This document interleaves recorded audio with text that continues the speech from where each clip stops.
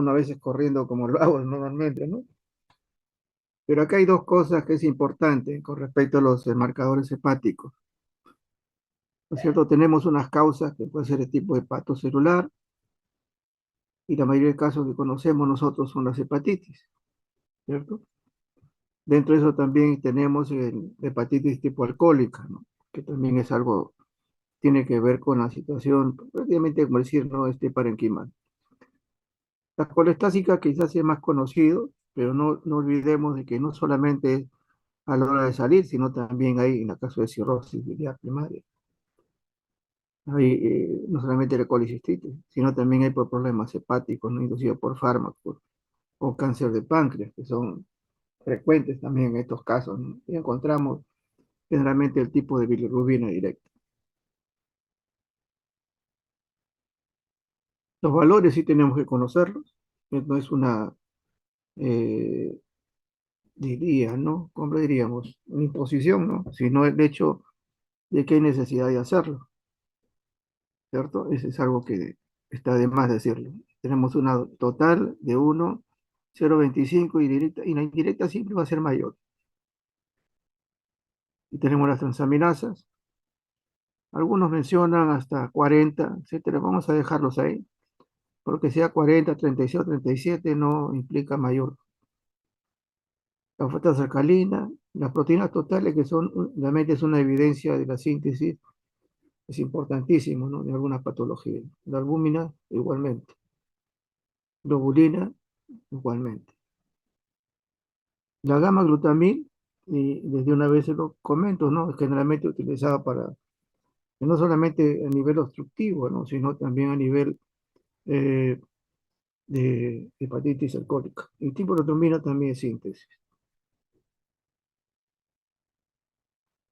La TGP, que era conocida como la aminotransferasa, tenemos aquí nosotros, ¿no? Las condiciones, ¿no? Y los valores, como le mencionaba, que puede ser hasta 40, uno 35. Eh, es lo que nos interesa a nivel de laboratorio. El aspartato, o en este caso la aminotransferasa, la TGO, siempre hay consideraciones, ¿no es cierto? Y acá vienen algunas consideraciones de relación, ¿no? Que es también importante que conozcan. La mayoría ¿no? de hepatopatías tenemos nosotros en TGO y TGP es menor de uno, hay una relación menor de uno. Estos elementos de manejo lo han hecho los clínicos, no nosotros, ¿no? Ellos han comenzado a mirar esas variables, lo que significa la transaminasa, y han visto que esto era interesante e importante. Voy a tratar de aumentar esto, ¿ya? Ojalá que no cometa un error. Parece que no. Bueno, entonces,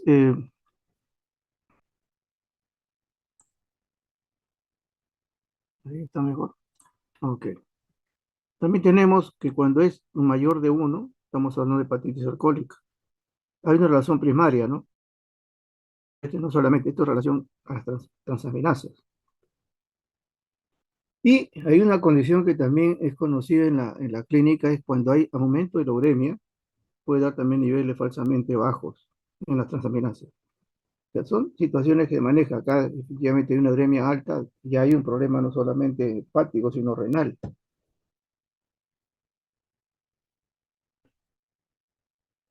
La tercera condición de la gama, definitivamente dice, ¿no? Es un marcador de colestasis, es más sensible que la, pero aumenta a nivel alcohólico. Es por eso que se utiliza mucho esta relación, también las transaminasas con la gamma-glutamil. Pero el mayor marcador, mejor que la fosfatasa alcalina en la colestasis, es la glumruna, en este caso gamma-glutamil.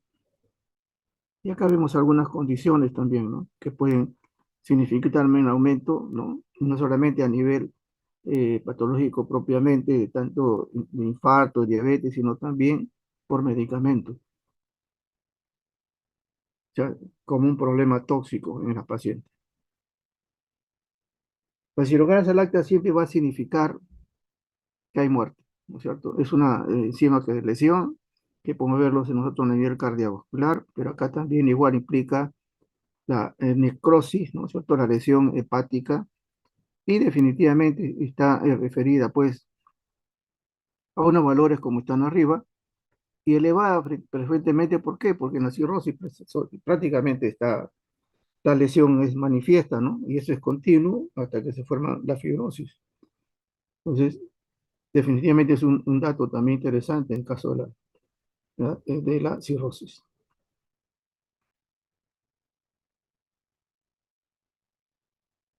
Y si hay algún compromiso mayor, en este caso hepático, también la hepatitis también es parte de eso, ¿no? Recuerden que también hay cronicidad o hay también fulminante, ¿no? Entonces, se observan cuando hay este tipo de patología, lo que va a haber una lesión mayor y la deshidrogenasa ayuda a comprender esa lesión, ¿ok?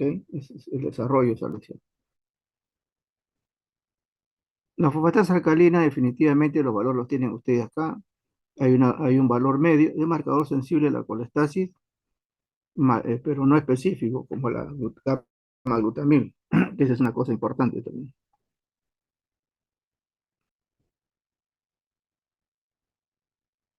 Y acá mencionando algo, ¿no es cierto? Cuando está relacionado a la gama, la fosfatasa generalmente tiene que ser hepático. Si le aumentamos la nucleotidasa y también los transferasa, transaminasa, definitivamente es de origen hepático. Entonces, no es un marcador específico, pero sí es confirmatorio con respecto con la gamma glutamil para referirnos que estos son el compromiso netamente de tipo hepático. Y si encontramos la fosfatasa alcalina junto a la desogenasa láctica y el calcio, que son elementos, como digo, significativos, nos está sugiriendo que puede haber una metástasis del tejido óseo.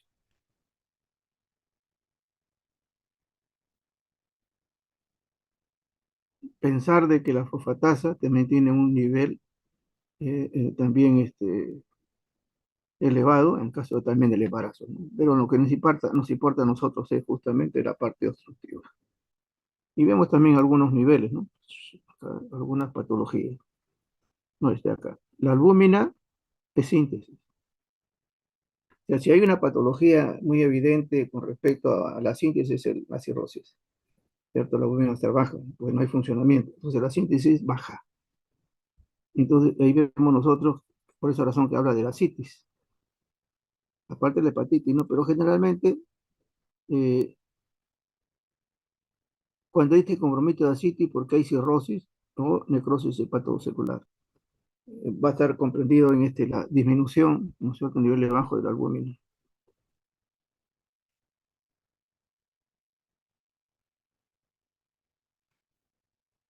Las globulinas, generalmente los valores están correspondientes, porque los números lo tienen acá ustedes, aumentan en la enfermedad hepática crónica. O también autoinmunes, ¿eh? Hepatitis autoinmunes también igual. Aumentan también esta particularidad porque es específica para estas patologías. Otra químicas que tiene que ver en la síntesis hepática, definitivamente el tiempo de protrombina. Acá no es aumentado, ¿no? Sino el tiempo se alarga. Eso es lo que tenemos que ver. Esto es lo normal, algunos mencionan hasta 12,5, pero y acá, como es síntesis, igual que en este caso las proteínas, en el caso de la albúmina, el tiempo prolongado tiene que ver con el déficit de factor de coagulación. Y eso tiene que ver con el daño definitivamente tremendo de una hepatitis crónica, una cirrosis. El tiempo se prolonga. Nosotros hemos encontrado en pacientes que no se coagulaba. Pasaba, ¿cierto? No solamente segundos, sino minutos, minutos, minutos. Y era definitivamente un problema de síntesis. Ahora, se puede agregar otro tipo de, como decir, porque puede ser la vitamina B, vitamina K, pero generalmente era por problema de tipo hepático de estos pacientes. Entonces, si falta ello, no solamente es la protrombina, ¿no? Porque no solamente se forma en el hígado, sino también los otros elementos. Pero para el diagnóstico propiamente hepático de síntesis es el tiempo de protrombina. La bilirrubina tiene que ver con la función de excreción, o sea, es un buen excretor. y ya conocidos. Tenemos acá los componentes de la bilirrubina. La ictericia aparece de 2 a 3 miligramos, ¿no es cierto?, al comienzo para que aparezca, y parece a coluria o a colia. O sea, ¿por qué? Porque hay un aumento de la vitamina de bilirrubina directa. Acá tenemos nosotros ya los componentes, y acá hay unas cosas nada más para un poco aturdirnos, se puede ser, ¿no? Dice, cuando la bilirrubina directa está alta, tiene que ver esta patología. Generalmente hepatitis viral y drogas, también obstructiva, cabeza de páncreas o colon de litiasis, ¿no? Que son los componentes. Si es indirecta, necesariamente tiene que ser hemolítica. Tenemos el primer frecuencia es, ¿no? Hemólisis hemolítica no recién nacido, hemolítica en este caso, hasta puede ser hasta post-transfusión, etcétera. O hay algún componente también de tipo genético, ¿no? Estas reacciones transfusionales, el hemólisis recién nacido y enfermedad, ¿no es cierto? Hemolítica recién nacida y hemoglobinopatía. Esa es la indirecta. Y cuando son mixtas, definitivamente tienen que haber consideraciones, y eso ya con respecto a la clínica, pues ni otros componentes, hepatitis, colangitis o metástasis. Pero estas dos, tanto la directa como la indirecta, son prácticamente nos hace, y esto no quiere decir que solamente hagamos eso, ¿no? O sea, hay que hacer la ecografía, que es importante para poder determinar que no sea algún componente extraño, ¿no?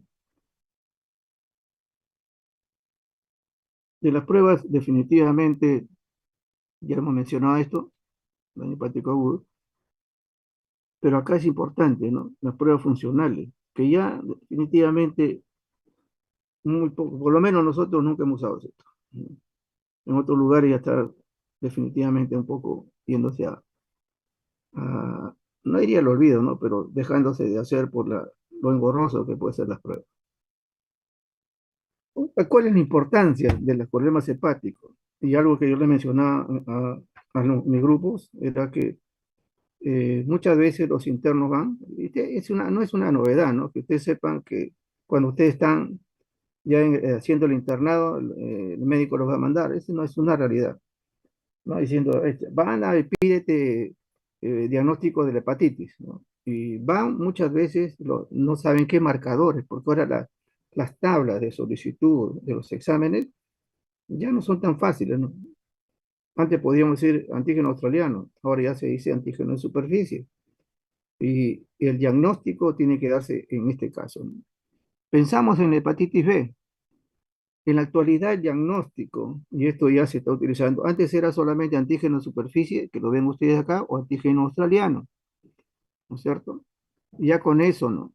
Se hacía el diagnóstico años atrás. Actualmente, por el suceso de banco de sangre, los problemas de transfusión, ya se solicita ya a nivel rutinario el antígeno en superficie y el anticore.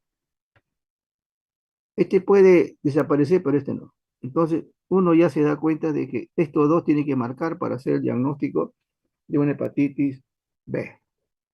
Antígeno australiano o superficie y el anticore. ¿Qué pasa si yo pido hepatitis A?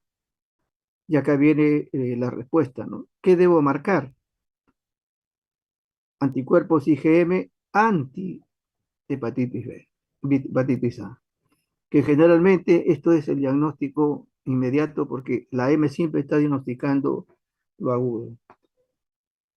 Pero hay médicos que piden las dos, ¿no es cierto? Porque a veces no hay una evidencia, entonces tenemos que resaltar esa situación.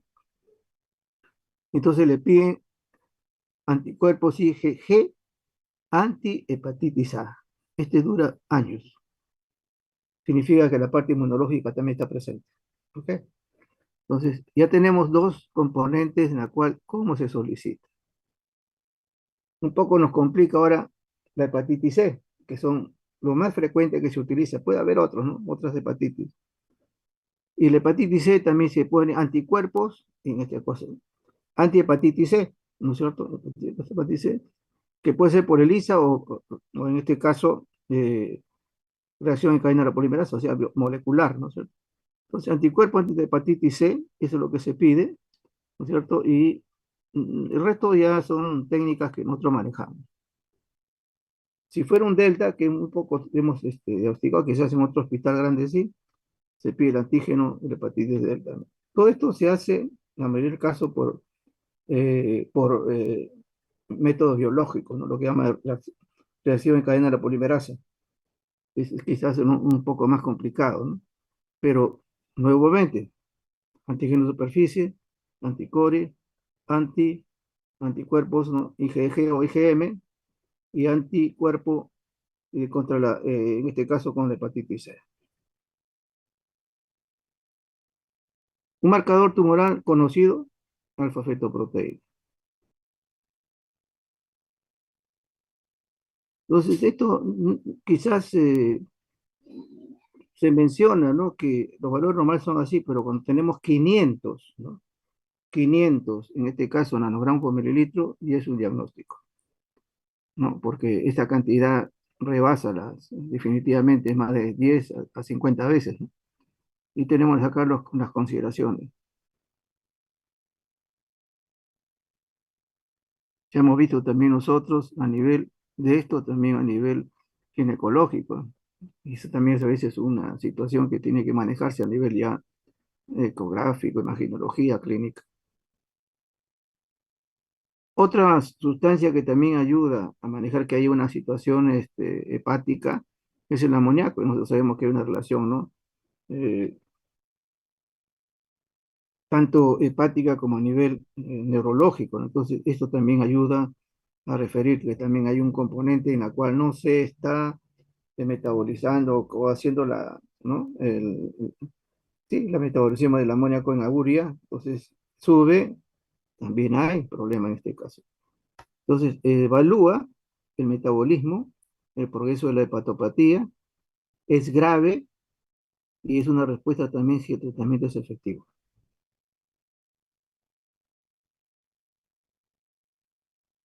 Solamente para mencionarles nuevamente, ¿no es cierto? Acá está anticuerpos anti-hepatitis C, acá tenemos el hepatitis A, M y la G, hepatitis antígeno superficie, y también nosotros y lo que hemos mencionado anticore, el anticore. Y acá está abajito, ¿cierto? El anticore.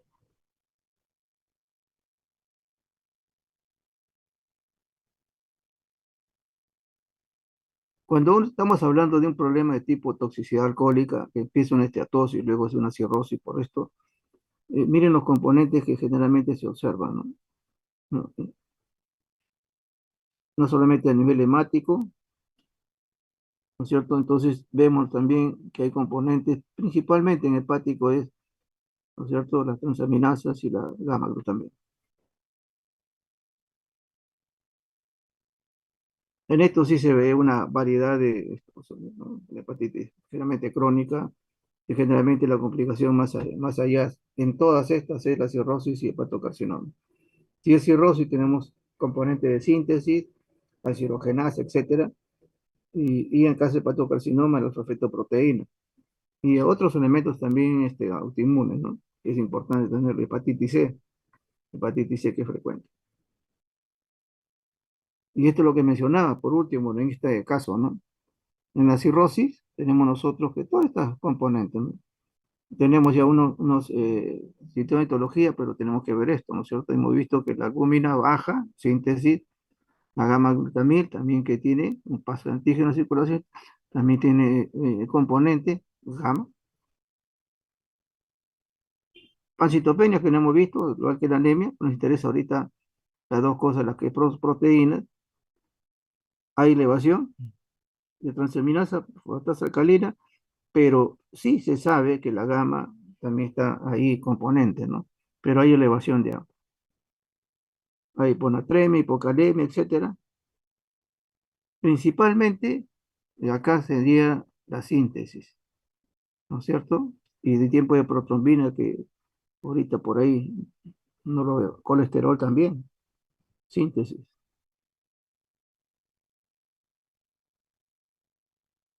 Alargamiento del tiempo de protrombina, síntesis. Proteína, síntesis. Entonces ya sabemos que hay un compromiso netamente hepático.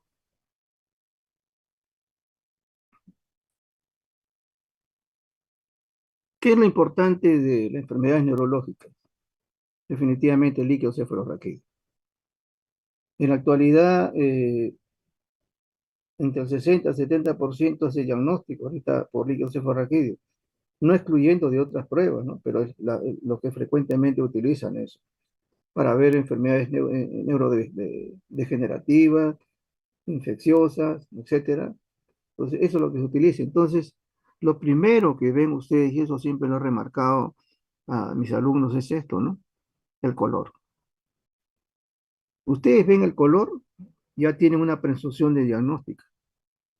Si usted ve un color claro, como dice acá, cristal de roca, están pensando que probablemente sea un cuadro, entre comillas, ¿no? Puede ser viral, entre comillas, puede ser viral. O definitivamente no hay un compromiso mayor ahí, de tipo infeccioso, etcétera. Si es un color que vamos a ver acá ya rojo, que ahorita vamos a verlo, ya nos implica, pero el color es algo que ustedes van a ver. Eso no se niega. El pH generalmente es 7.3 y la densidad es 1006 a 1100. Y esto de acá, le digo, se puede hacer hasta con una cinta reactiva, sin necesidad de tener un componente también que se utiliza otro sistema, ¿no? Glóbulo rojo no debe haber, hematíes hasta 5. Le digo, glóbulo rojo no, sino leucocitos hasta 5. Y generalmente son mononucleares, ¿ok? Glóbulo rojo no puede haber. Y luego tenemos componentes de lo que es las proteínas, etcétera, que generalmente es lo que más piden los médicos para ver alguna alteración. Proteínas que aumentan, o sea, mayor de 40, 60, 70, 80. Sí estamos hablando de un compromiso no solamente eh, traumatológico, sino necesariamente de tipo infeccioso, inflamatorio. Y la otra que piden frecuentemente es la glucosa. Ustedes tienen ahí de 40 a 80 más o menos, y los consume tanto de una hemorragia o ACV, etcétera, o una bacteria, gérmenes, cualquiera sea, la glucosa baja. Entonces, los médicos siempre piden citoquímico, qué tipo de célula, y del citoquímico siempre piden porque recuerden que el líquido raquídeo son pruebas de emergencia. Entonces, le piden glucosa y proteína. Con eso ya tienen más o menos de evidencia de lo que es. Luego ya procede al cultivo, ¿no? Pero acá es un tratamiento inmediato. La deshidrogenasa láctea, la gamma, el sodio, etcétera, son elementos que igualmente se tienen que utilizar. Pero lo que les he mencionado es lo frecuente. Y el color es responsabilidad de ustedes. ¿Hay indicaciones? Definitivamente. Terapéutico, de diagnóstico generalmente. ¿Hay contraindicaciones? Y la primera contraindicación definitivamente valedera era lo que llaman nosotros es la hipertensión endocranial, sea por cualquier patología, hipertensión endocranial. No se debe hacer y hay que utilizar otro tipo de sistema de diagnóstico, porque acá puede provocar la muerte del paciente, ¿no? Por enclavamiento. Y eso también se conoce, ¿no? Y eso lo pueden, con la presión, que sale pues una presión bastante alta, no se hace. Se usa otra prueba de imagenología, otras pruebas que puedan ayudar a hacer el diagnóstico. O un hemocultivo, ¿no? Si fuera una cosa infecciosa. Ahí viene el color, yo le he mencionado. El cristal de roca, y a veces lo confunden, no me dice color opalescente, no es el color. El color es como hemos visto la orina, ¿no? Cristal de roca, incoloro, es normal. Pero ya viene la otra categoría, hemorragia, definitivamente, ¿no? Y eso lo ven ustedes al comienzo. Ahora, inclusive hasta puede ver opalescentes, ¿no? Que también lo van a ver. Entonces, el médico ya sabe, el claro puede ser viral, ¿sí? O nada. El opalescente, etcétera, puede ser una bacteria, ¿sí? Meningitis bacteriana. Y la hemorragia puede ser un problema hemorrágico, se ve lo que es frecuente encontrarlo. Entonces, esto tiene que ver con esos dos colores. Pero también hay otra calificación, santocromía. Y les he puesto la fecha porque a veces se equivocan.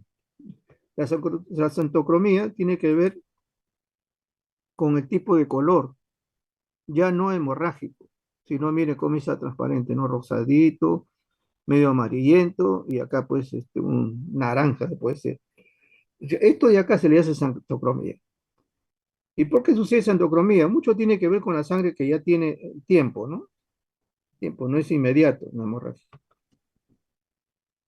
Esto lo colorea si hay proteína, si hay bilirrubina, si hay metahemoglobina, si comemos bastante carotenos, si están usando rifampicina, en este caso la tuberculosis, por la oxihemoglobina, por la menalina, y una María Rosado también tiene que ver con estas condiciones, ¿no?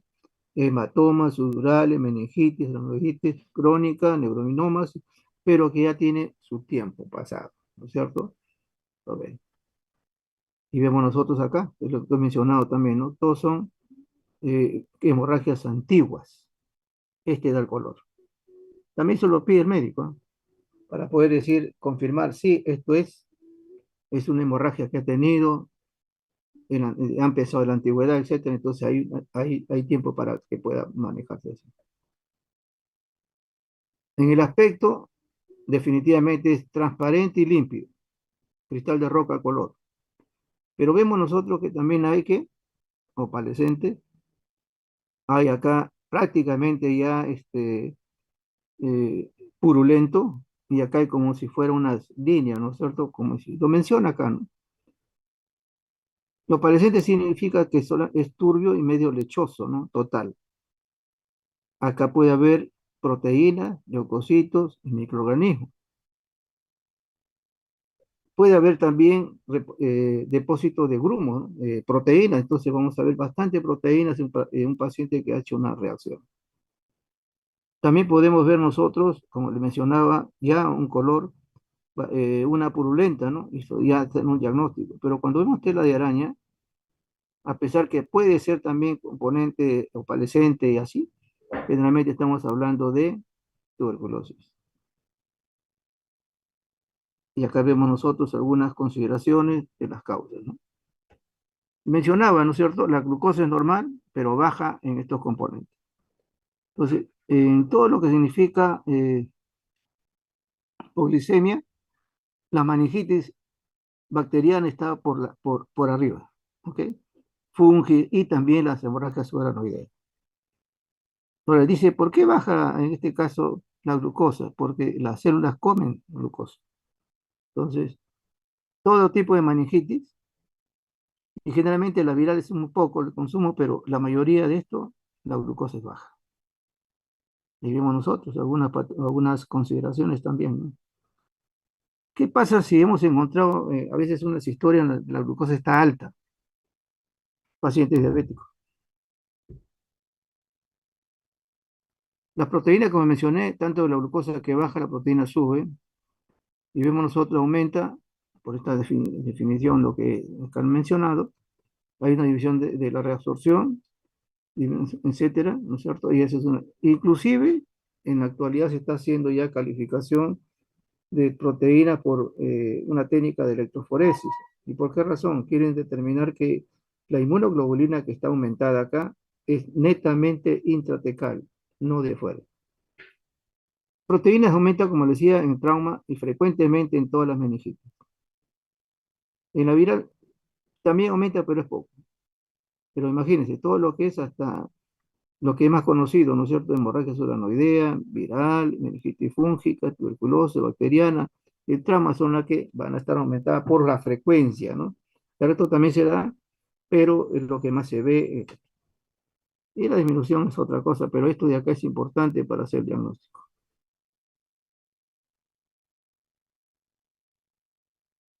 Como mencionaba, ¿qué nos interesa en este caso las globulinas que se hacen? Pues también se hace con un PCR, ¿no? Son papeles celulosa, y lo que mencionan ellos son esto, ¿no? Bandas oligoclonales en la región de gamma. Esto nos está diciendo que esto es producción intratecal. Y podemos verlo nosotros en enfermedades de todo tipo, ¿no?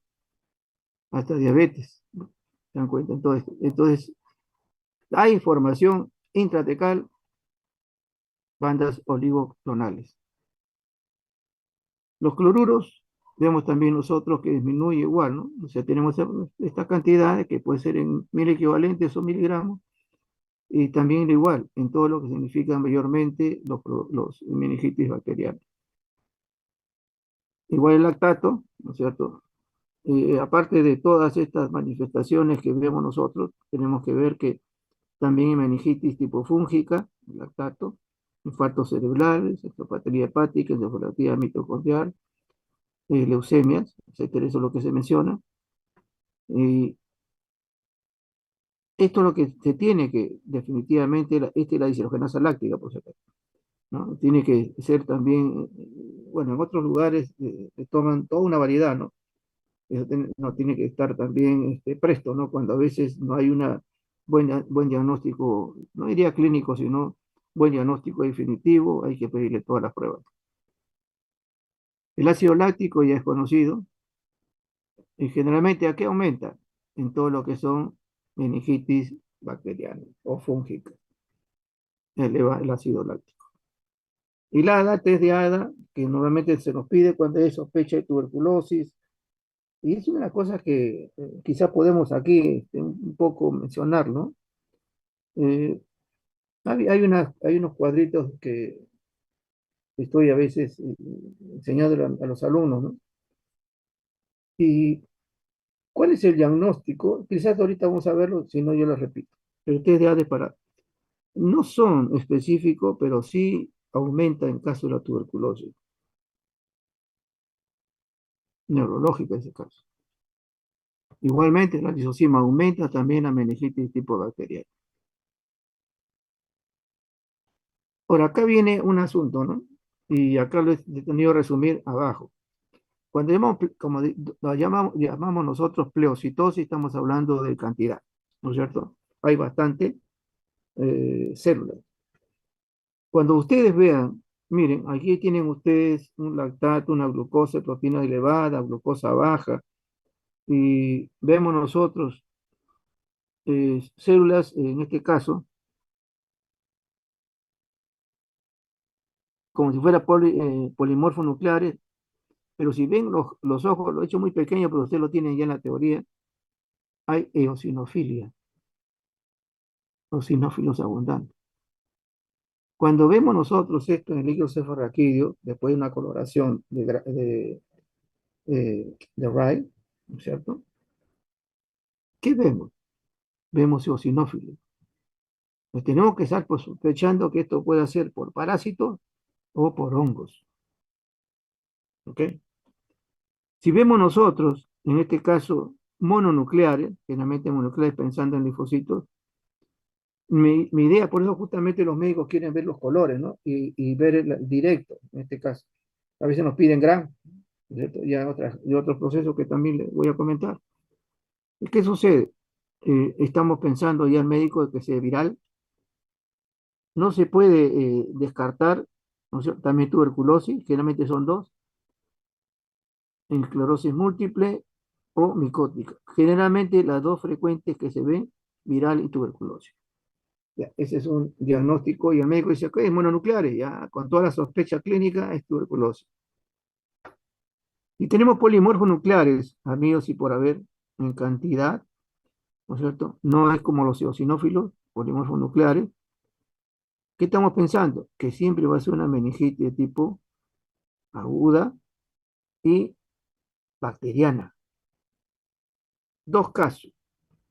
Y esto sí lo han hecho por ya diagnóstico repetido, ¿no? Aunque en caso de nosotros no hacemos cada rato punción, pues, ¿no? Entonces, ¿qué sucede? Al inicio de la tuberculosis, meningitis tuberculosa o viral, aparecen esto, como una respuesta, pues, ¿no? Pero luego aparecen ya, en definitiva, los mononucleares. Entonces, patognomónico esto, de la polimorfia nuclear es meningitis bacteriana.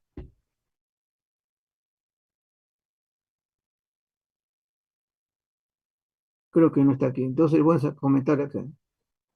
Si yo tengo, en este caso,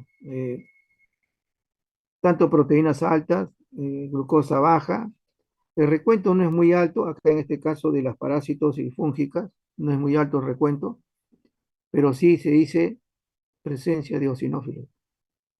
El líquido fosforraquídeo puede ser opalescente o turbio, eso no lo niega, depende de la cantidad de germen, de este caso de parásitos o hongos, pero esta característica nos está hablando de que puede ser eso.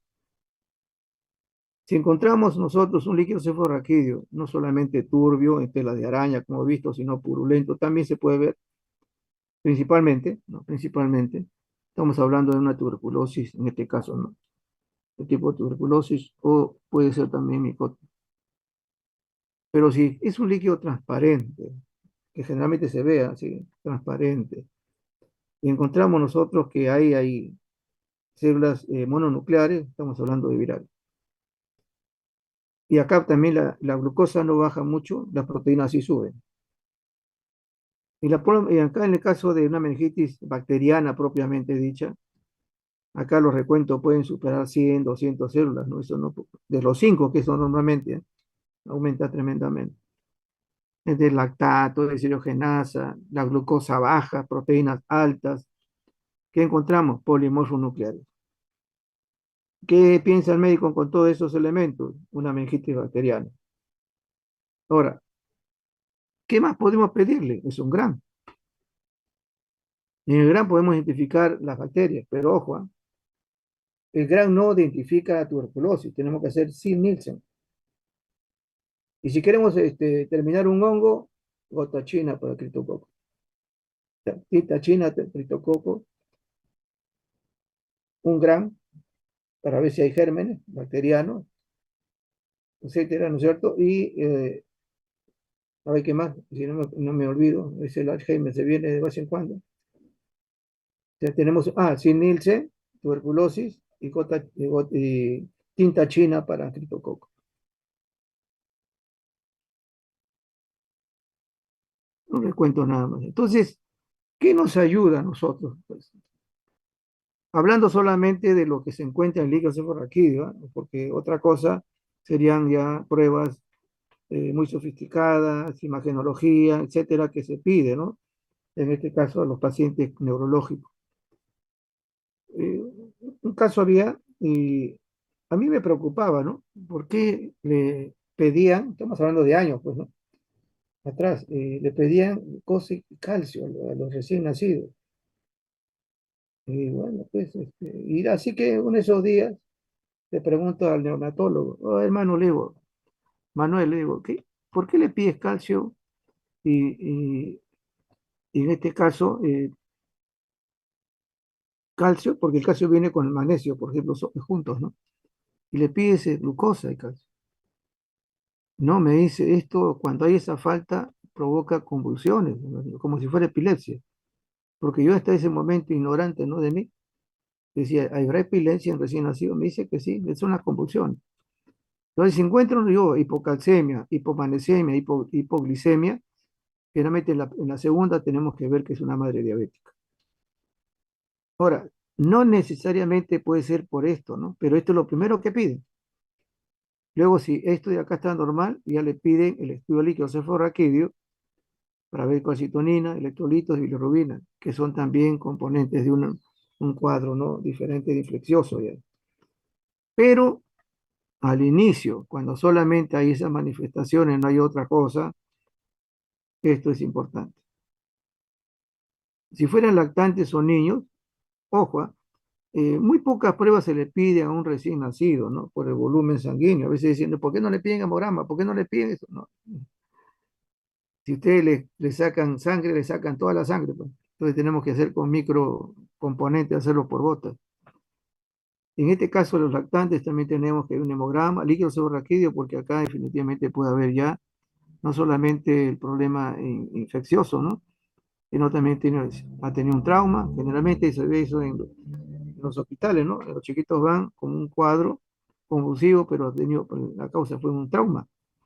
Entonces hay que pedirle también, ¿no es cierto? Y bueno, se le pide si hay, eh, también provoca toxicología, porque a veces los medicamentos también ese es un problema en caso de... el adolescente, ya el jovencito, ya se le pide todo, porque esto es como si fuera el adulto, ¿no?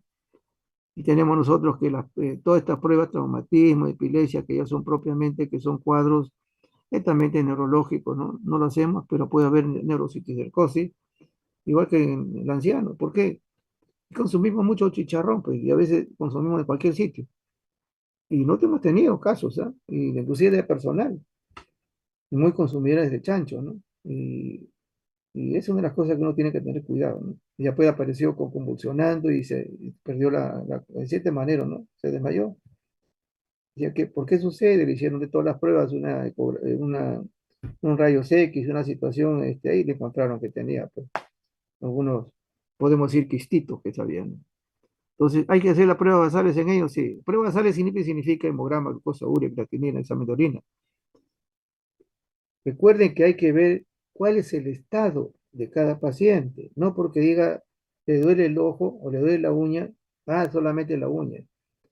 Aprendamos todo, como después son los años que a nosotros hemos tenido ya de enseñanza, ¿no? En nuestra propia vida médica, es que un basal no le quita nada. Aún me estoy diciendo, este paciente puede resistir el tratamiento, este paciente está en buenas condiciones, este paciente no va a tener otras complicaciones, y eso es interesante atender. Y acá, definitivamente, por la neurociticercosis, que eso creo que lo vamos a ver en un rato, líquido cefalorraquídeo, Western blot. Este es su diagnóstico. Hay que hacerle toxicología porque recuerden de que también, ¿no es cierto?, se fuma. Entonces hay que tener también. Y luego otras pruebas. En caso ya de los ancianos, gente ya más madura, hay algo que parte de todo esto se le tiene que pedir, ¿no? Puede haber una meningitis de tipo tuberculosis, ¿sí? Un accidente cerebrovascular, sífilis, y acá estoy colocando Western blot, esto también por la neurociticercosis. Y luego otras pruebas. Pero el resto se tiene que hacer igual, pruebas basales, toxicología, etcétera, porque esto es parte de la situación que puede complicarse en estos pacientes. Ahí está el Western blot, los factores de riesgo, ¿no es cierto? Creo que me pasado, me parece que no. A ver, sí. He recortado un poco, ¿no es cierto?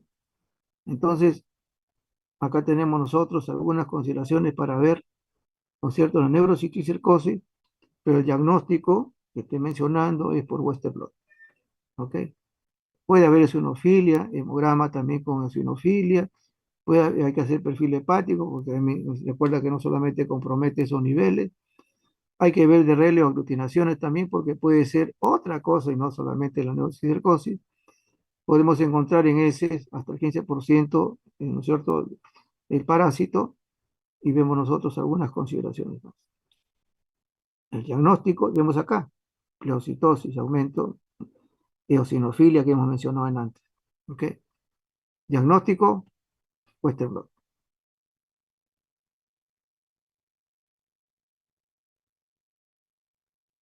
Este es Parkinson. De todas las pruebas que no hay ninguna prueba diagnóstica, ¿no? Esa es una de las cosas que, porque eso se pide, ¿no? Todo lo que haya. Porque tiene que ver con todos estos factores que ustedes ven acá, ¿no? Ambientales, tóxicos, medicamentos, etcétera, alimentación, etcétera, que pueden desencadenar este cuadro. Pero siempre hay un compromiso propiamente. Algunos dicen que ya es un compromiso de tipo genético, pero igual, ¿no? Exosomas, biopsia, beta-amiloide, tau, esto es lo que se utiliza también más en el Alzheimer que acá, pero igual los componentes que el níquel cefalorraquídeo puede haber, ¿no? Igual que acá. La sinucleína, el níquel cefalorraquídeo, y lo que ahora se está viendo es el receptor GPR77 de superficie en las neuronas. Y estos fragmentos aparecen altos en el níquel cefalorraquídeo. Entonces, está en trabajo que en estos pacientes con Parkinson están apareciendo en una cantidad respetable. Entonces, esto es la novedad. Como digo, se está trabajando porque no hay un diagnóstico definitivo. Y luego se puede pedir todo esto, ¿no? Ahí está el cromosoma, etcétera, pero la sinocleína, el tau, que generalmente lo que más, el beta amiloide, pero estos son neurológicos, ¿no? Hay que verlo. Esto no es laboratorio, ¿cierto? Esta es imagen, pero el tau sí, sinocleína también, y el receptor, que generalmente se ve en el higocefalorraquídeo. ¿Qué hay con el Alzheimer? El Alzheimer también es otra situación que hace poco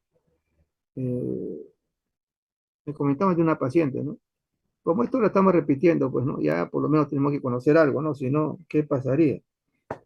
Y me dice, hay un anciano, me dice, que ya no se acuerda de esto, no se acuerda de lo otro, y a veces está perdido.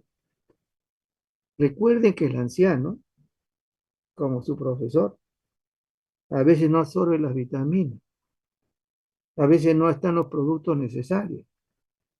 Y cuando uno se vuelve loco y jala a los alumnos, así en general, hay que ponerle vitamina B12. ¿Ok? No, no es cierto, ¿no? Ya. Entonces, esto es lo que sucede en estos pacientes de Alzheimer. La vitamina B12 es en primer lugar, porque se sabe cuando hay una disminución, hay problema de qué? Psiquiátrico.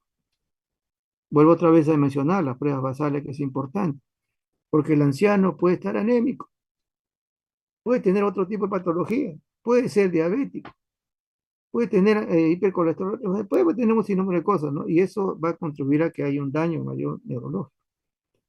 El gen y el líquido cefalorraquídeo, igual, disminución de la beta 42, la amiloide y también el aumento de tau fosfatado. ¿Por qué estoy aquí? Lo que se utiliza es para qué? Por estructura de ordenamiento, ¿no? Entonces, cuando aparece, generalmente son que están mutadas la mayoría de casos, ¿no? Y beta amiloide también en plasma, perfil lipídico, le mencionaba, síndrome metabólico también está dentro de ese cuadro, porque aparece también en situaciones vasculares, marcador de función renal, recuerden, ¿no? Pato renal, que llamamos, y no solamente renal, sino también la uremia, ¿no? Que desencadena todo eso. Y miren lo que nuevamente, ¿no? Descartar hipotiroidismo, vitamina B12, tiene neurosífilis, tiene HIV o un cáncer elevado.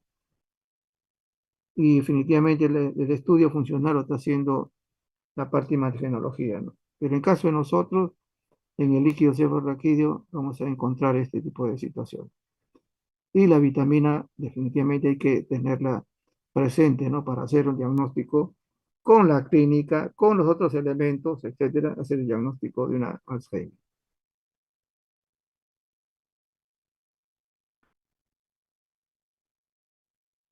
En estos accidentes cerebrovascular definitivamente causan, ¿no? Que son conocidas, ¿no? Tenemos acá hipertensión y tenemos acá diabetes. Generalmente son las causas de esto. Entonces, si uno dijera a estos pacientes, ¿qué prueba de laboratorio va a hacerle? Hay que hacerle, pues, glucosa, ¿no es cierto? Hasta lípidos podría pedirle porque es un síndrome metabólico, pero igual, ¿no? Y controlar su presión. Pero entonces ya tengo una prueba que puede ayudarnos, aparte de la imagenología, aparte ¿cómo se llama? De la punción también, que algunas veces se hace. Entonces tenemos que ver eso, ¿no? Ese tipo de cosas. Laboratorio, definitivamente, como mencionaba, la glucosa, marcadores cardíacos, ¿por qué? Porque también todo lo que es volumen va a afectar arriba, ¿no es cierto? Perfil de coagulación va a afectar definitivamente. No, no solamente afecta la piel, otro órgano, sino también a nivel cerebral, que es sensible. Perfil lipídico, porque está reunido mucho con la glucosa. La hemoglobina glucosilada, porque es un paciente diabético antiguo. Y luego las otras pruebas que son importantes realizar. Y acá, nuevamente, ¿no? Si hay consideración del líquido cefalorraquídeo, no debe haber hipertensión, sino eso está contraindicado. Entonces tenemos que utilizar otro tipo de elementos clínicos, radiológicos y algunos componentes también de sospecha de la etiología.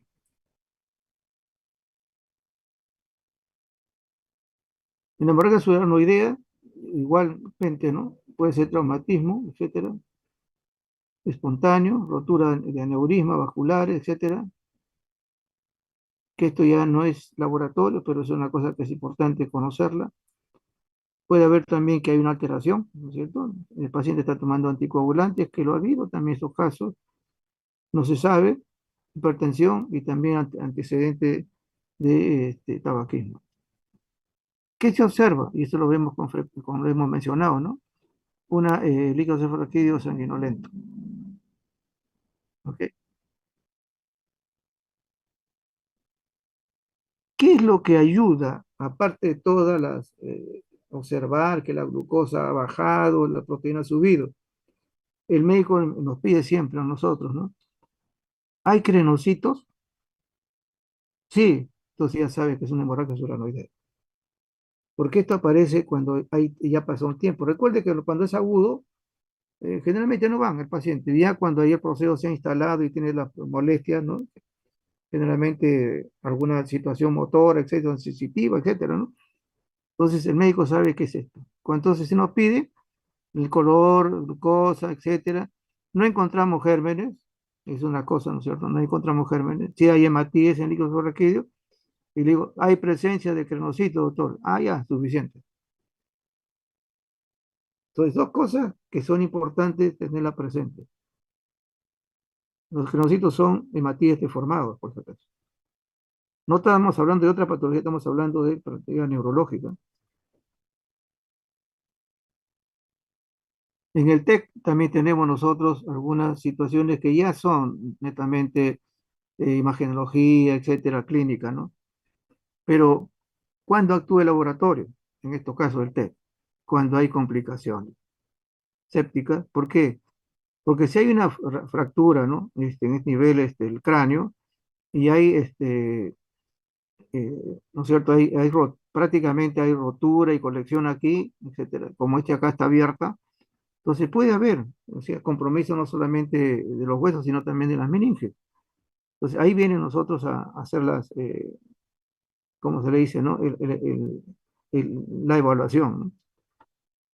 Generalmente pacientes, ¿no? Que han tenido estas lesiones, muchas veces son los ancianos, ¿no? Que se han caído. Hemograma, grupo sanguíneo, porque estos pacientes van a entrar. Recuerden que una de las cosas que parece, ¿no? Un poco anecdótica, que cuando uno tiene un golpe, una ruptura, una lesión a nivel del cuero cabelludo, sangra bastante. Y ahora, siendo estas personas en un compromiso de edad, también, ¿por qué se le pide? Porque esto entra como si fuera una cirugía, ¿no es cierto? Tiempo de sangría, tiempo de protrombina, eh, si hay reactante de fase aguda, en este caso proteína C reactiva, ¿no? Que es importante tenerla, glicemia, o sea, todo como si fuera un proceso definitivamente ya. Y los otros elementos, en este caso el cultivo preferentemente el hígado cefalorraquídeo y de la herida, para ver si no hay un compromiso mayor. Entonces, en las complicaciones es donde nosotros intervenimos. Fíjate la meningitis, ¿no es cierto? Acá tenemos lo que has conocido, pero generalmente recuerden, ¿no? Eh, si fuera realmente recién nacido, se hace lo mínimo, pero si se pide un líquido cefalorraquídeo, se le ve un gran, se le ve todo, y generalmente tenemos nosotros algunas frecuencias, un neumococo, listeria, estreptococo grupo B, Escherichia coli, son los frecuentes, por lo menos en nuestro medio. Y nuevamente, a la cabeza va a estar los neumococos. Igual, pruebas basales, en líquido cefalorraquídeo vamos a ver que es bacteriana, primeramente puede ser viral, micótica, tuberculosis, el color nos va a ayudar a nosotros, la glucosa y proteína nos va a ayudar a nosotros, el GRAM nos va a ayudar a nosotros, bacteriana, tuberculosis sin Nielsen, o examen directo de tinta china para que toque. Lógicamente hay que entrar a esto, ¿no? Ahora, si a veces no es posible hacer esto, lo que hace el médico es pedirle hemocultivo. Solamente una cosa interesante, ¿no? La meba de vía libre ya se conoce, ya ha habido casos en nuestro medio, entonces esto hay que tenerlo presente también. Y generalmente hay un antecedente, ¿no? Está bañado en un sitio, un río, un charco, etcétera, y ahí viene la consecuencia. No necesita de un ser humano para vivir, por eso que son amebas de vida libre. Definitivamente, mucho de esto, hasta al final puedo mencionar una de ellas, ¿no? La negleria. Dice, la prueba de inflagelación ayuda. Es una prueba propiamente técnica, ¿no? Y vemos acá, se le hace que como si fuera, ¿no? Flagelado, así, en términos para, ¿no? Determinar esto y se le hace marcar con fluorescencia y se observa. Bueno, ¿qué cosa utiliza prueba acá en líquido cefalorraquídeo? Aparte de todas las cosas que podemos manejar, porque recuerde, también va a provocar célula, ¿no es cierto? O sea, el consumo, el aumento de la proteína, consumo de glucosa, y podemos nosotros también, un gran también puede ayudarnos, un directo también puede ayudarnos, pero también la prueba de en flagelación.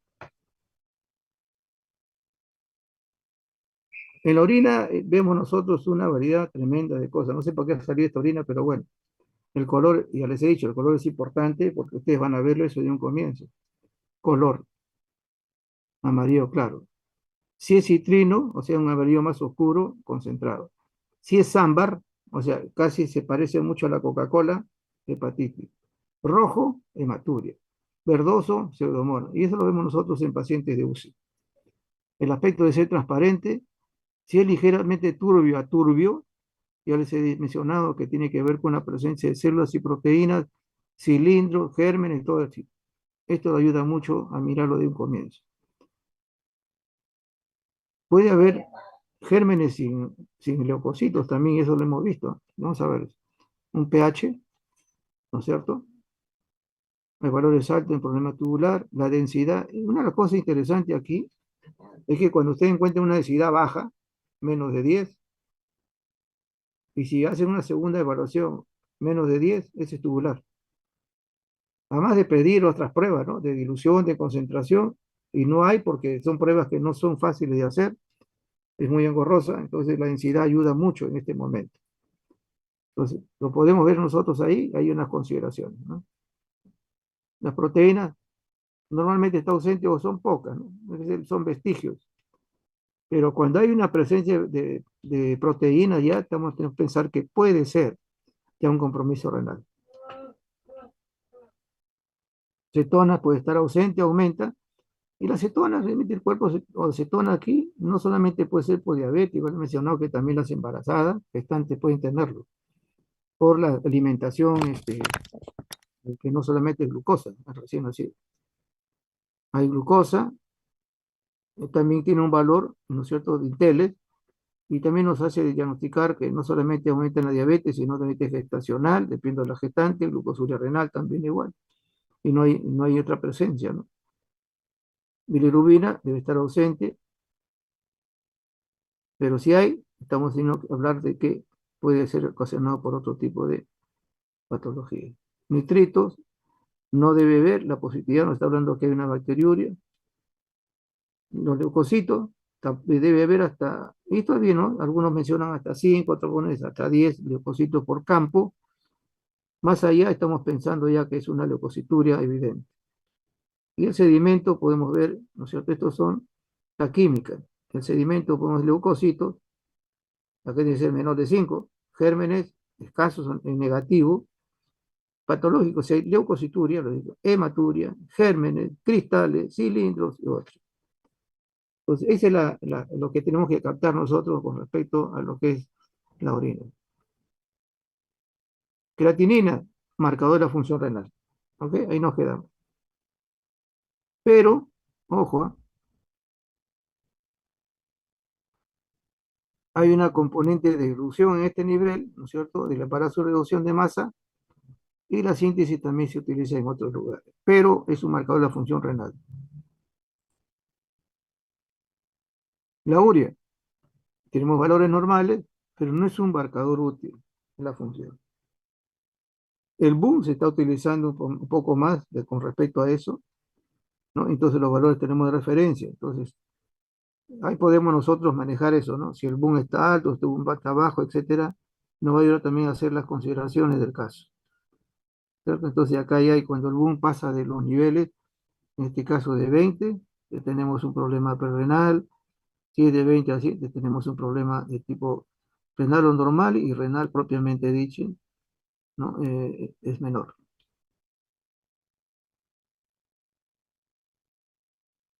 Cuando un boom es superior a 100, sí estamos hablando de...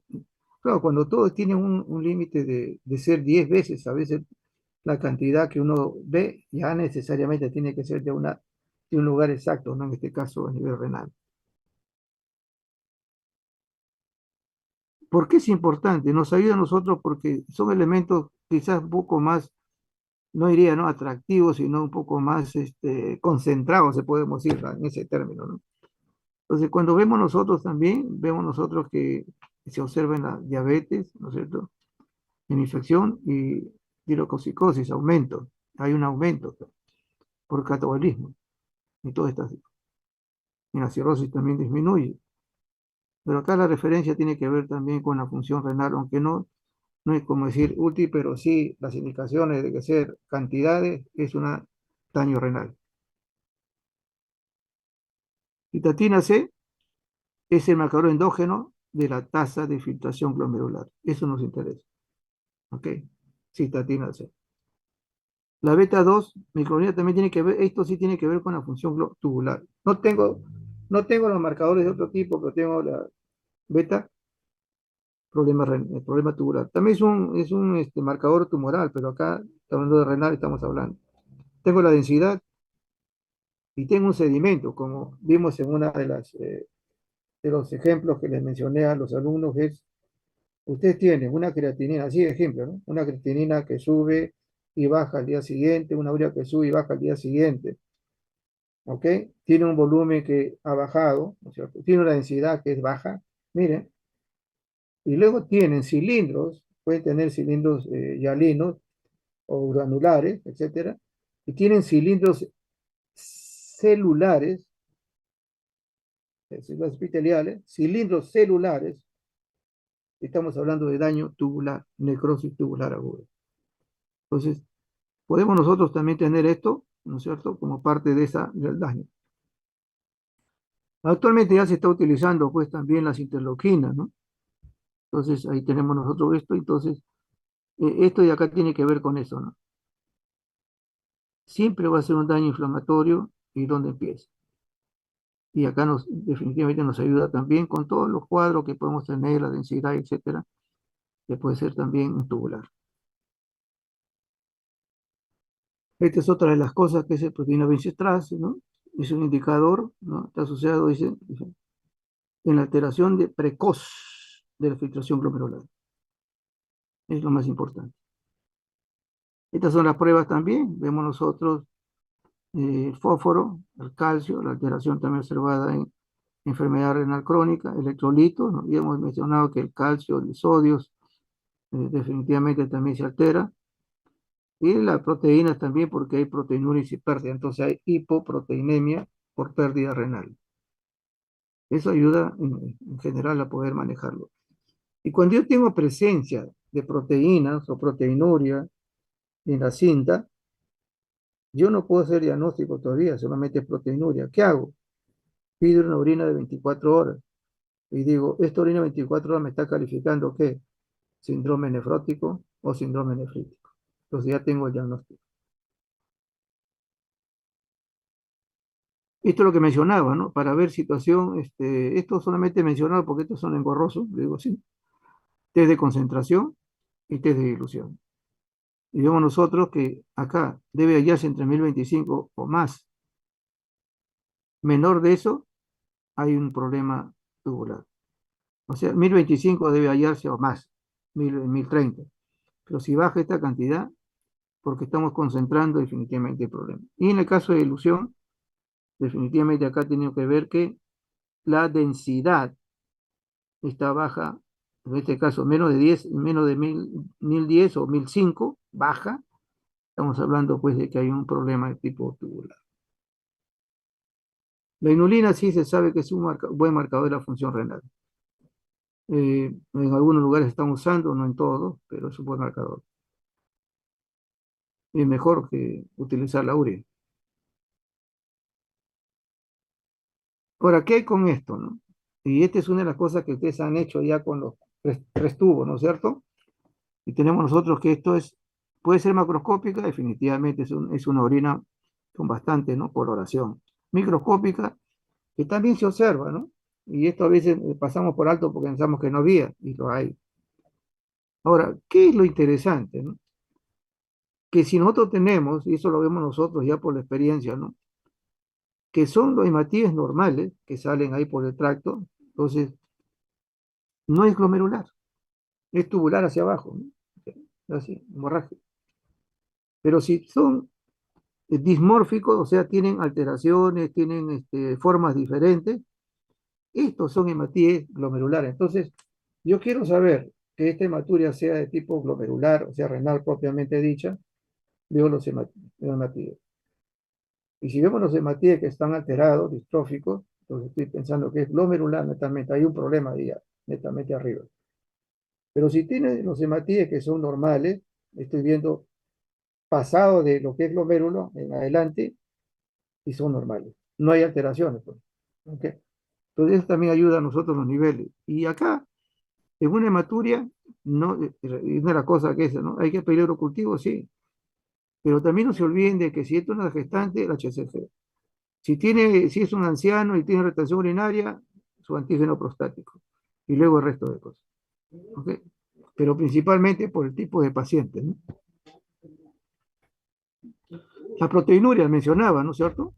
Puede haber este en 24 horas, no más de ahí. Albuminuria también tenemos esta cantidad, no más de ahí. Pero acá viene.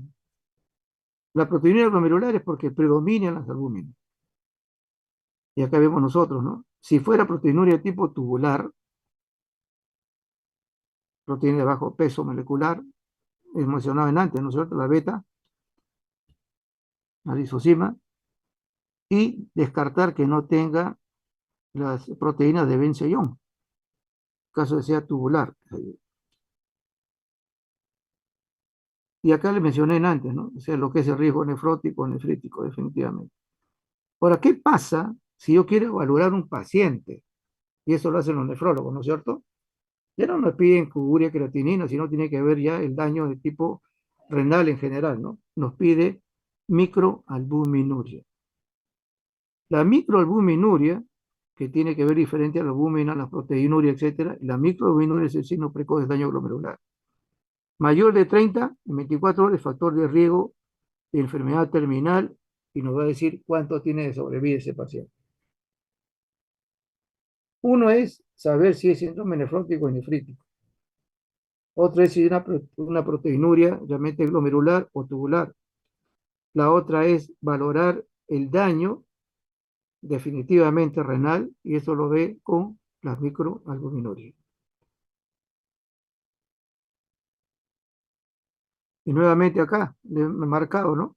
Clínicamente la aparición de cantidad significativa de proteinuria es un signo de enfermedad renal, pero todavía no tengo el diagnóstico. Hay que hacer proteinuria 24 horas. Aquí tenemos nosotros algunas consideraciones, ¿no? Proteinuria, hipovinemia, hipercolesterolemia. Una cosa que le decía a los alumnos, ¿no? ¿Qué pruebas le puedo pedir a este paciente? Proteinuria, sí. Hipervinemia, yo tengo que saber, ¿no es cierto? ¿Es hepática? No. Tengo que pedirle pruebas hepáticas. Colesterolemia también pruebas hepáticas, etcétera. Entonces, eso también ayuda a que yo tenga eso. Y ahora, si no es nefrótico, pues siempre proceso, pruebas basales le voy a pedir, ¿no? Perfil de coagulación, depuración de creatinina, ver si no hay otro compromiso tipo inmunológico o infeccioso, que también tóxico, etcétera. Si hay algún componente también propiamente de otros cuerpos, otros elementos ahí, y ver también cómo están las células tubulares. Ahora, aquí es el asunto, ¿no? En las orinas a veces hay células epiteliales abundantes, o poca cantidad, pero la célula tubular es diferente. Y, por ejemplo, allá en el hospital ya a los tecnólogos le hemos enseñado, ¿no? Las células tubulares, a pesar que no haya leucocitos, está diciendo de que hay un problema tóxico ahí, a nivel tubular, donde sea, pero está ahí. ¿Por qué? Porque ya son propiamente de riñón, no son células descamativas. Y nos ayuda a hacer el nivel también de problemas, ¿no? Ahora, cuando nosotros queremos ver también que hay un problema inmune, entonces vamos a ver posteriormente, es pedir complemento. Esta es la que ya conocemos. Síndrome nefrítico, toda la edad. Pero ¿cuál es la importancia, no? Postestreptocócica. Para hacer el diagnóstico de una glomerulonefritis postestreptocócica es complemento. Depósito de complemento, o sea, en sangre lo pedimos, está baja. Le pido un ASO. Es la única prueba para decir este tococo. Pero la única prueba de decirme que es glomerulonitis propiamente es el complemento. Y eso, y al resto le pueden pedir urea, creatinina, proteinuria, si es por medicamentos, igual, si es sana, porque acá vemos que toda esta patología puede dar, pero lo que sí es frecuente es postestreptococia. fracaso renal agudo, pues, ya los conocen, ¿no es cierto? Acá vemos también algunos componentes, ¿no? Volumen, generalmente sí en UCI, eso sí hemos visto nosotros allá por la pedido de los intensivistas, la oliguria, el sodio también, creatinina, que está elevada, la urea en sangre que está elevada, y a veces no son sintomáticos, lo ven solamente cuando le hacen su creatinina. Y ya vemos algunas consideraciones que también ustedes lo leen con tranquilidad para ver estas dos componentes, ¿no? Siempre eh, a nivel osmolar y a nivel densidad, siempre vean eso, siempre vean eso. Al final renal crónica, en las consideraciones también esto, pero acá se suma que hay hipercalemia, hay acidosis, hay hipocalcemia, por el tiempo ya esto aparece, entonces hay defectos también de algunas vitaminas, la vida media por eso que en estos casos vemos a veces hasta estas células que se parten, ¿no? La vida media del glóbulo rojo disminuye, ¿no es cierto? Puede haber un sangrado digestivo, entonces, ¿qué pido acá? TB en ese. Trombocitopatía, tenemos que ver eso por la cuestión urémica. Y recuerden algo, ¿no? Y no tengo que pedirle glucosa, lípidos, sí, porque ya se sabe si aumenta la aterosclerosis, si hay un problema cardiovascular, va a hacer estos compromisos, ¿no es cierto? Y también va a hacer el compromiso la tendencia a un ACV, encefalopatía, etcétera. Neuropatía solamente mencionar eso, ¿no? El manejo del calcio, el fósforo, magnesio, prevención ácido-base, la vitamina D, el compromiso del metabolismo de óseo y también, recuerden, también son a nivel renal de la absorción de bicarbonato, eso que también son importantes. Realmente acá las neuropatías son a nivel genético. Y por último es esto, ¿no es cierto? Esto usted ya conoce mejor que yo, que son acidez, alcalemia, hipercapnia,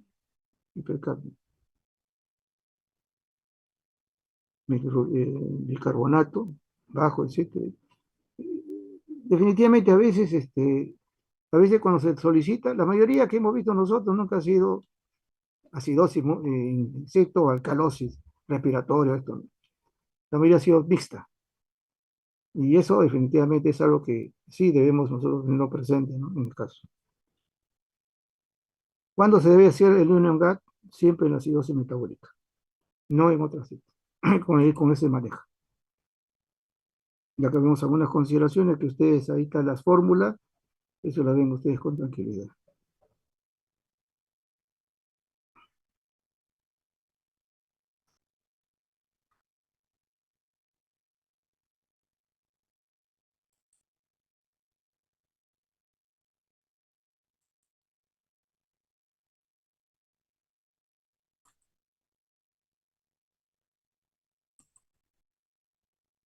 Y por último, algo que creo que es lo que es debemos tener presente siempre, ¿no? Los factores de riesgo coronario.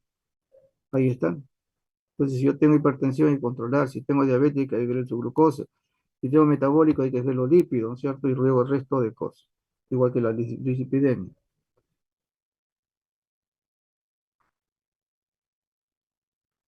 Síndrome coronario sí hay que ver siempre con el flujo, ¿no es cierto? De sanguíneo, alterado, etcétera. Y eso definitivamente hay que verlo también, ¿no? A nivel no solamente de laboratorio, que también lo vemos a través. Si hay estos elementos vasculares, también es importante, ¿no? Tenerlo a nivel general. Y hay otras pruebas también que se pueden manejar.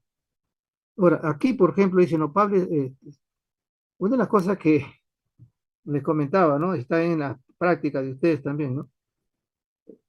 Todavía no hay infarto, pero ya se sabe que hay un antecedente. No le van a pedir troponina, pues, ¿no? Acá tienen que pedirle, ¿qué? El PCR, preferentemente, porque es un predictor.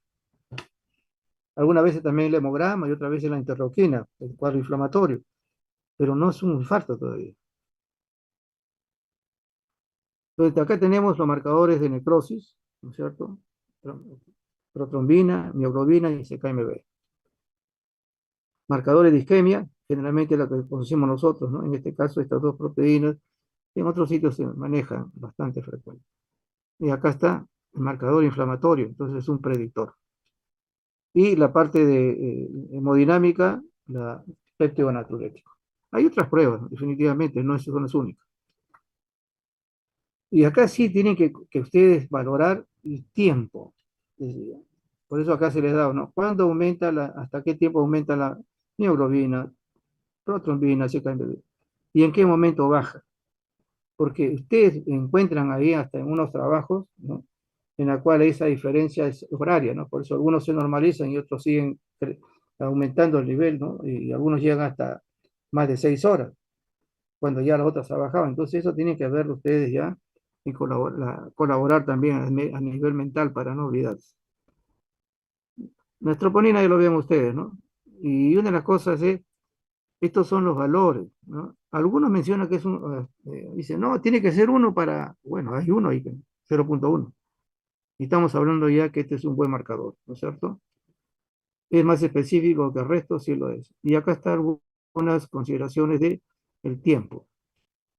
Pero acá el valor máximo siempre se da pasada, ¿no? A veces hasta día y medio, como se dice. Cuando los valores son mayor de uno, no 0,1, sino uno, el daño miocárdico es mayor.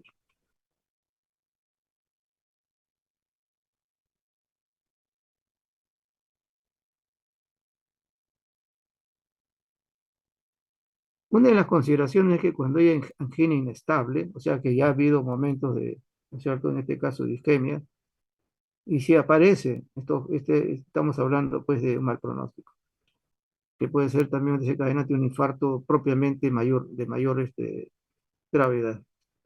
Pero ahora se está utilizando la troponina ultrasensible y está considerada ahorita un mejor, igual que la proteína, ¿no? La albúmina, ahora se produce microalbuminuria.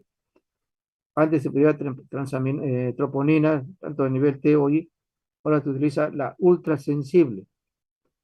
Y esto ya nos permite a nosotros ver que definitivamente, ¿no? Puede haber ya un previo diagnóstico en una angina. Su aumento va a revelar pues que va a tener complicaciones mucho más graves el paciente. El CKMB, mencionen ustedes, acá algunos mencionan que las 3 horas también, ¿no? Pero eh, eso hay que verlo con tranquilidad. Y acá dice baja las 4 horas, ¿no? ¿Ok? Por eso que tanto la mioglobina como esta se puede utilizar para reinfarto, porque tiene esa posibilidad. Acá por ejemplo dice, ¿no? En algunos casos también se tiene un fuerte valor predictivo negativo. ¿Qué significa eso?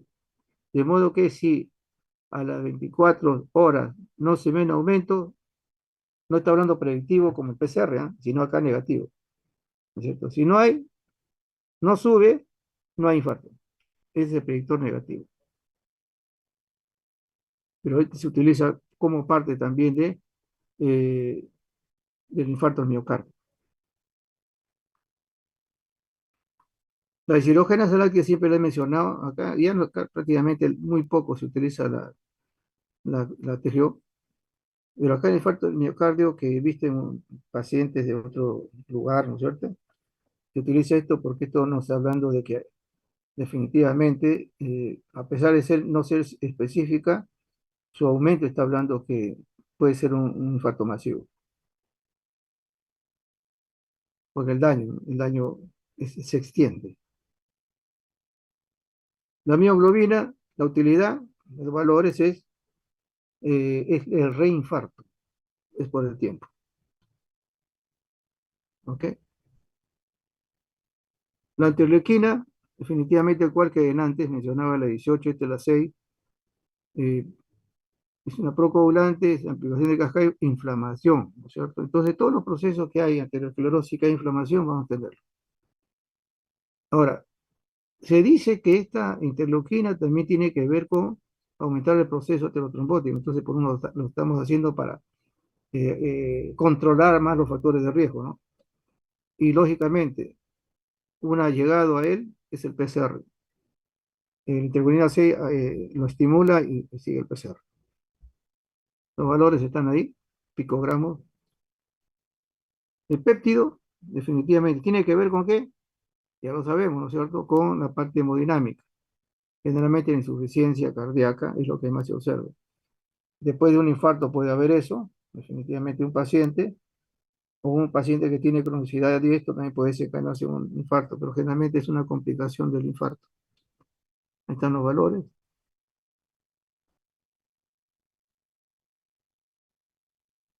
El PCR, lo mencioné, definitivamente está considerado como un proinflamatorio predictor. Ahí está, es lo que nos interesa a nosotros. Y esto tiene que ver definitivamente por la presencia pues, de un cuadro inflamatorio en el ateroma. Creo que hasta aquí nomás. Y este es lo último, la glucosa fosforilasa, que también está utilizándose, etcétera. Iniciada la isquemia, se puede utilizar esto. Regresa a los valores entre 1 o 2 días. Entonces, cuando está, en este caso, eh, hay, se corta ese flujo, ¿no? Vascular, en este caso, se coloca esto, entonces está viendo, ¿no? Hay un problema de isquemia miocárdica y hay que valorar a este paciente y controlar. Los microarray también se están utilizando en la actualidad. También es un predictor también de esto, pero en la actual ahí nomás dejamos con el PCR. Este también es otra tecnología, ¿no? Para poder realizar esos somas o microarray. Es otra tecnología. Aquí estamos, ¿no? Es cierto? ¿Qué pido cuando está presentándose todavía el ateroma? Y bueno, otra vez, ¿no es cierto? Un perfil lipídico, puede ser una glucosa, como parte de eso. Y ya cuando tenemos sospecha de que hay ese flujo, que no es todavía un infarto, estamos hablando de un PCR predictor. Cuando hay infarto, las pruebas que usted conoce, si el paciente tiene un reinfarto, ya saben las pruebas que conocen ustedes. Y eso es importante tenerlo presente, ¿no? Y cuando van a hacer, aparte del electrocardiograma, estamos hablando de eso, ¿no? Y aparte en el control, los cardiólogos siempre, yo lo sé, bueno, dentro de eso tengo la amistad del hospital, su electro, a veces le piden troponina, pero más es electro, y puede pedir otro control de lípidos, que es importante. ¿Por qué? Porque también les comentaba, ¿no? En la UCI, cuando me estaban pidiendo para hacer perfil lipídico, yo les negaba, pues, ¿cómo hace perfil lipídico? Es una prueba de emergencia. Hasta que también el doctor Guillén, que es un ignorante de eso, aprendió de que cuando hay compromiso de estos factores negativos, aumentan los cuadros de ateroma. Entonces ya se le da esa facilidad, ¿no? al paciente. Entonces hay que hacerlo si la mente está cumpliendo, la glucosa también está cumpliendo, ¿no es cierto? Para evitar ese tipo de cosas. Entonces ya ustedes tienen predictor, infarto, reinfarto y complemento del post. Eso es lo que tienen que hacer. Bueno, ya son situaciones ya académicas y punto. No se olviden los valores, ¿no es cierto? Los valores sí son importantes tenerlo presente y dentro de eso, ¿no? Cuando encontramos, varias veces hemos encontrado colesterol, no, el HDL altísimo, un HDL alto, o sea, pasando de 90, etcétera, ya no es un colesterol adecuado. Y ahí tenemos que examinar si es que hay un compromiso de tipo familiar. Ok, ok, hasta aquí nos quedamos, caballeros, colegas, ya me cansé. Les agradezco su atención, nos vemos mañana. Muchas gracias, doctor. Ok, buenas noches. Gracias, Gracias, doctor. Buenas doctor. noches. Ujú.